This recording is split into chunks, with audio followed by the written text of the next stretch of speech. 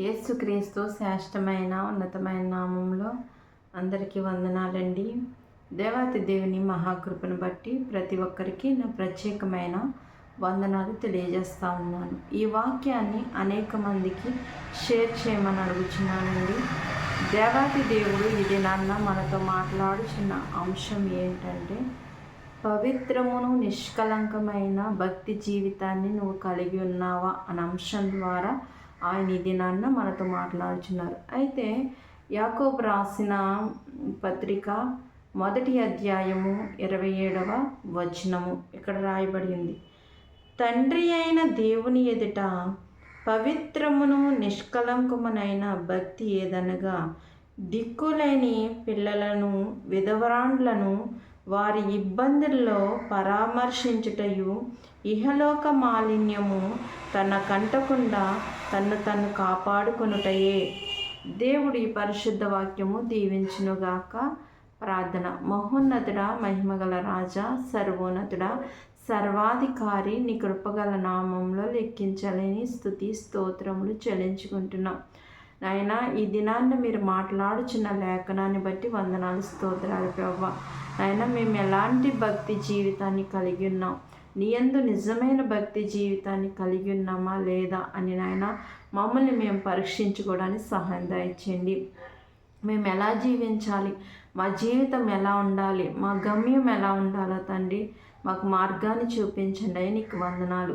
ఈ దినాన్న సూటిగా తేటగా మాతో మాట్లాడి మా యొక్క జీవితాన్ని మేము సరి చేసుకోవడానికి కృప చూపించమని నజరేయుని నామములో అడుగుచున్నాను తండ్రి. ఆమేన్. దేవాతి దేవుడి దినాన్ని మనతో ఏం మాట్లాడుచున్నారండి?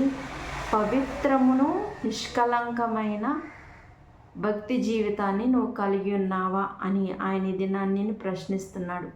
మరి నిష్కలంకము పవిత్రము అంటే ఏంటండి?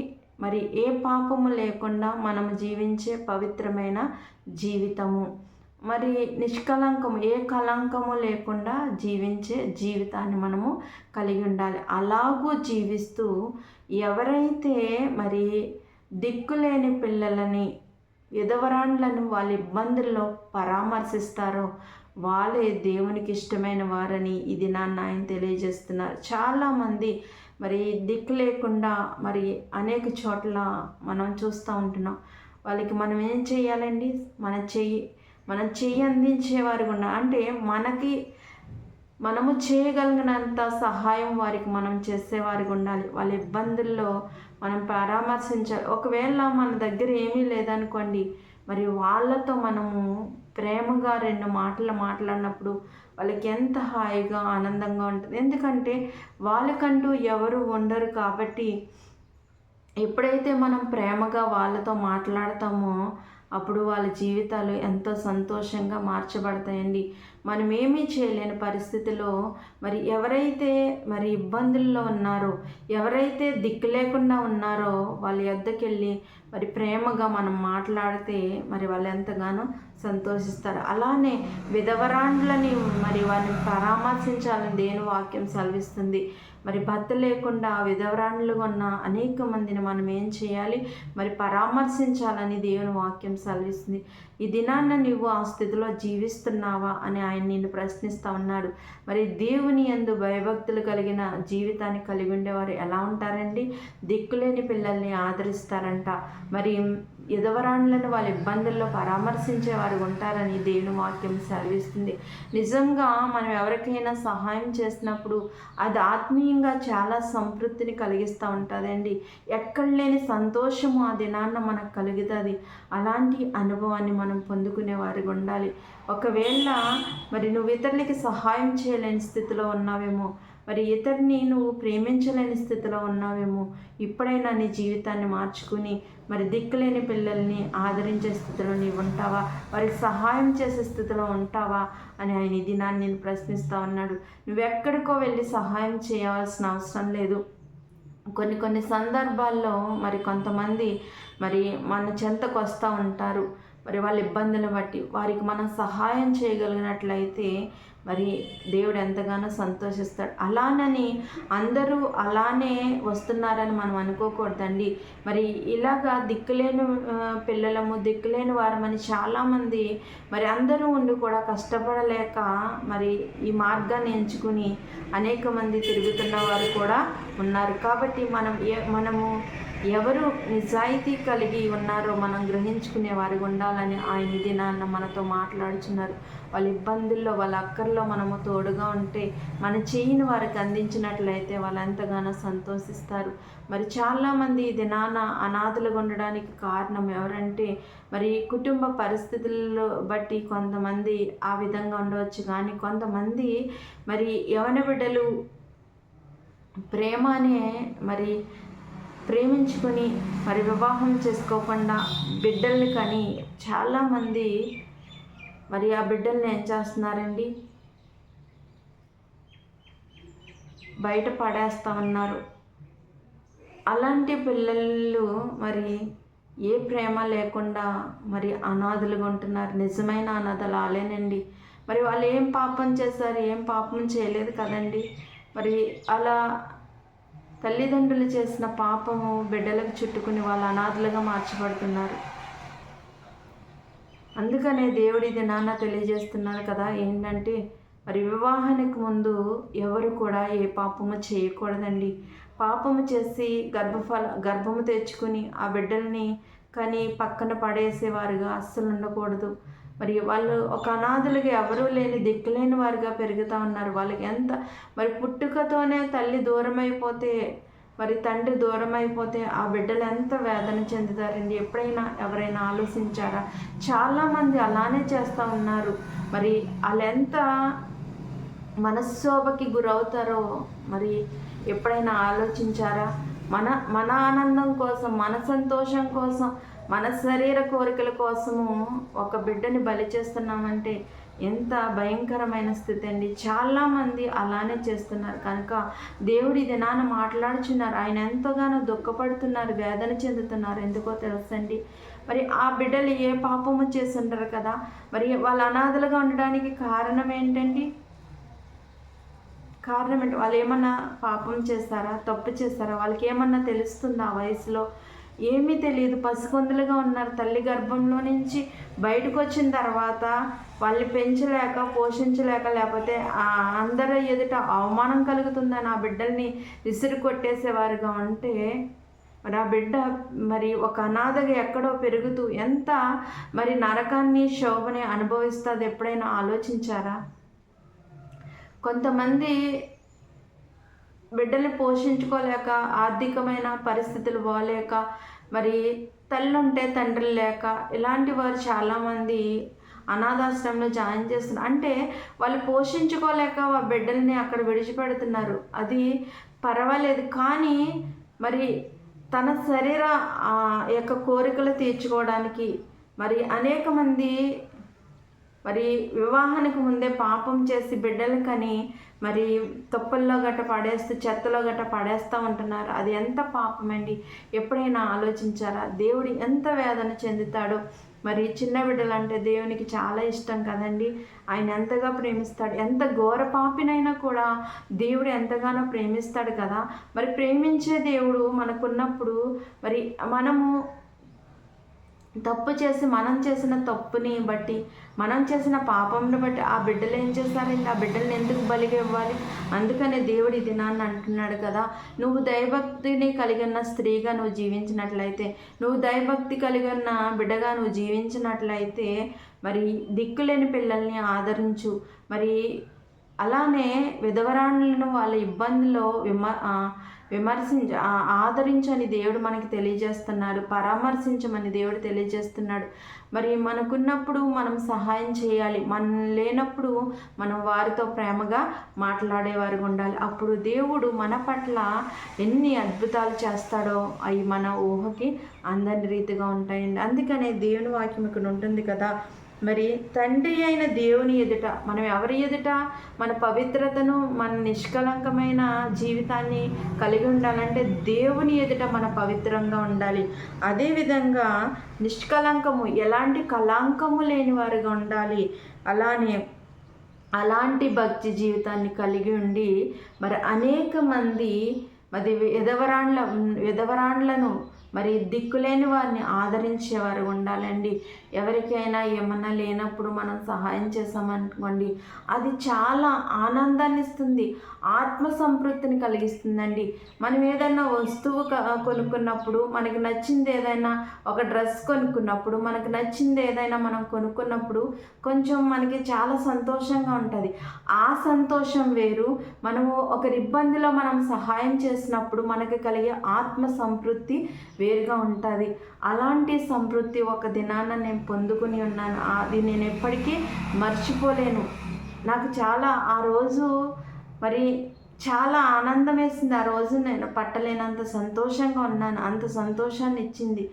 ఒకరికి మనం తినేది మనం తినకుండా మానేసి మరి లేని వారికి పెడితే అది చాలా సంతృప్తినిస్తుందండి. ఆ దినాన్ని నేను అనుభవించాను. ఎందుకంటే మరి ఒక ఆయన ఎవరో నాకు తెలియదు, ఆయన వాక్యం చెప్తా ఉన్నారు శుక్రవారం ఆ దినాన్న నేను ఎప్పుడు మరి ఉపవాసం ఉంటాను. ఉపవాస దినము చర్చికి వెళ్ళాను. చర్చికి వెళ్తే ఆయన అక్కడికి వచ్చిన్నారండి. వచ్చినప్పుడు ఆయన చర్చిలో వాక్యం చెప్పారు. ఆయనకి కళ్ళు కనిపించవు. వాక్యం చెప్పిన తర్వాత ప్రార్థన అంతా అయిపోయింది. ఇంటికి వచ్చేస్తుంటే మరి అక్కడ ఉన్న పెద్దల్ని చర్చిలో పడుకుంటానని ఆయన అడిగారండి. అడిగితే మరి ఆ చర్చిలో పడుకోవడానికి అడిగితే ఒప్పుకోకపోతే బయట పడుకోమన్నారు. ఫ్యాన్ వేస్తారు ఆయనకి. అయితే మరి ఆయనకి కుక్క కరిసిందంటండి. ఆయన భోజనం చేయకూడదు, చప్పడన్నం తినాలంట. అయితే అక్కడ ఉన్న వాళ్ళందరూ ఎవరిని అడిగితే మరి ఏమీ పెట్టలేదు, ఏం మాట్లాడలేదు. ఎవరికి వాళ్ళు వెళ్ళిపోయారు. వెళ్ళిపోయిన తర్వాత నేను కూడా ఇంటికి వచ్చి మళ్ళీ నేను ప్రార్థన చేసుకుంటున్నాను కానీ నా మనసుకి తృప్తి అనిపిస్తలేదు. అయ్యో ఆయన భోజనం చేయలేదు, ఆయనకి అన్నం లేదు, ఎలాగా ఆయన బయట పడుకున్నారని మనసులో ప్రేరేపణ వస్తూ ఉన్నది. ఏం చేయాలో అర్థం కావట్లేదు. ప్రార్థన చేసుకుంటున్నాను కానీ ప్రార్థనలో ఆయనకి ఏదన్నా పెట్టాలి అనే ఆలోచన వచ్చింది. అయితే అప్పుడు లోపలికి వెళ్ళి చూసినప్పుడైతే మరి ఎప్పుడు మా ఇంట్లో సమృద్ధిగా ఉంటుందండి భోజనం. కాకపోతే అప్పుడు నాకు సరిపోయినంత భోజనమే ఉంది. ఏం చేయాలి అని అర్థం కాలేదు. అప్పుడు నేను మానేసిన మరి కడుపు నిండిన సంతోషం చాలా ఆనందాన్ని ఇస్తుంది కదండి. అప్పుడు ఆ అన్నం తీసుకున్నాను. అయితే పక్కన తెలిసిన మాస్టర్ గారి ఇంటికి వెళ్ళి పెరిగిమ్మని ఆ అన్నము పెరుగు పట్టుకెళ్ళి ఆయనకి ఇస్తే ఆయన ఎంత సంతోషంగా తిన్నాడండి. అది నా జీవితంలో నేను ఎప్పటికీ మర్చిపోలేను. నాకు చాలా సంతృప్తినిచ్చింది, ఆనందాన్ని ఇచ్చింది. ఆయన పాపం ఆయన ఆకలితోనే పడుకునేవాడు ఆ రోజు. అయితే ఆయన ఎంత సంతోషపడ్డాడో తెలుసండి, ఎంత ఆనందపడ్డాడో ఆ రోజు. ఆ దినాన్న నేను ఎప్పుడు నా జీవితంలో మర్చిపోలేను. నాకు చాలా సంతోషాన్ని ఇచ్చింది. నాకు ఇష్టమైన వస్తువు ఒకవేళ నేను కొనుక్కున్నా, లేకపోతే నాకు ఇష్టమైనది ఏదన్నా డ్రెస్ వేసుకున్నా నాకు అంత సంతోషం కలిగి ఉండేది కాదు. కానీ నా ఆత్మకి చాలా సంతోషాన్ని కలిగింది. అది చేసి చాలా సంవత్సరాలు అవుతుందండి. ఆ దినాన్న నేను పొందిన ఆనందాన్ని మరి ఎప్పుడు పొందలేదు. ఆయన ఎంతగా సంతోషించాడో, ఆయన ఎంత ఆకలితో ఉన్నాడండి.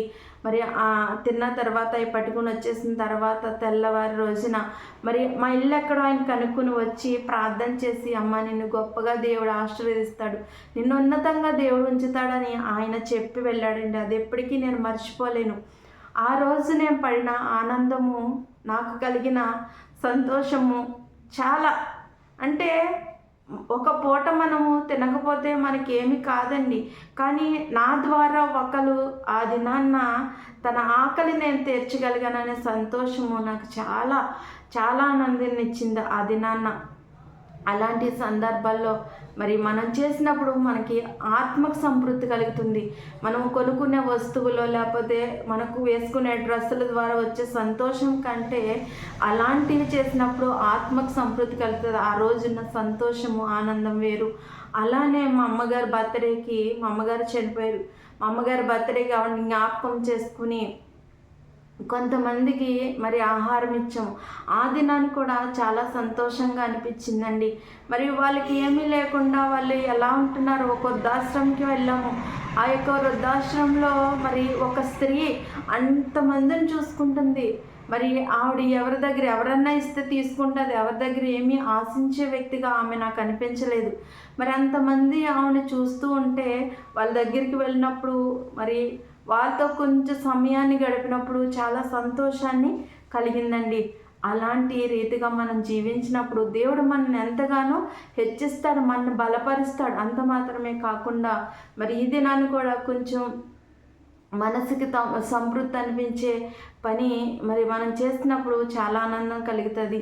ఈ దినాన్న ఎవరో అనాథ శరణాలయం నుంచి అంట మరి ఎవరికో వివాహం చేస్తున్నారంట. మరి చేస్తుంటే ఆమె కోసము మరి డబ్బులు అడగడం కోసం మరి వచ్చి ఉన్నారు. ఆ వ్యక్తి వచ్చి మరి మా అక్కని డబ్బులు అడిగారు, మా అక్క ఇచ్చింది, వెళ్ళిపోయారు. అయితే మా అక్కని అడిగాను ఎవరు వచ్చారంటే ఎలాగని చెప్పినప్పుడు, అయ్యో వెళ్ళిపోయారు ఆయన, ఆ అమ్మాయి మ్యారేజ్ అంటున్నారు కదా, నా దగ్గర ఒక చీర ఉంది, నేను ఇద్దాను కదా అంటే ఆయన నెంబర్ ఇచ్చి వెళ్ళారంటండి. వెంటనే మా అక్క ఫోన్ చేసింది. ఫోన్ చేస్తే ఆయన మళ్ళీ వచ్చి అక్క చీరను పట్టుకుని, అంటే నా దగ్గర ఉన్నదే, నేను గొప్పదాన్ని కాదు, మనకి దేవుడు ఇచ్చిన దాంట్లోనే మనం సహాయం చేయాలి, అది ఆయనకి ఇచ్చాను. అది ఒక అనాథ శరణాలయంలో వివాహం చేసుకునే కుమార్తె కట్టుకుంటుంది.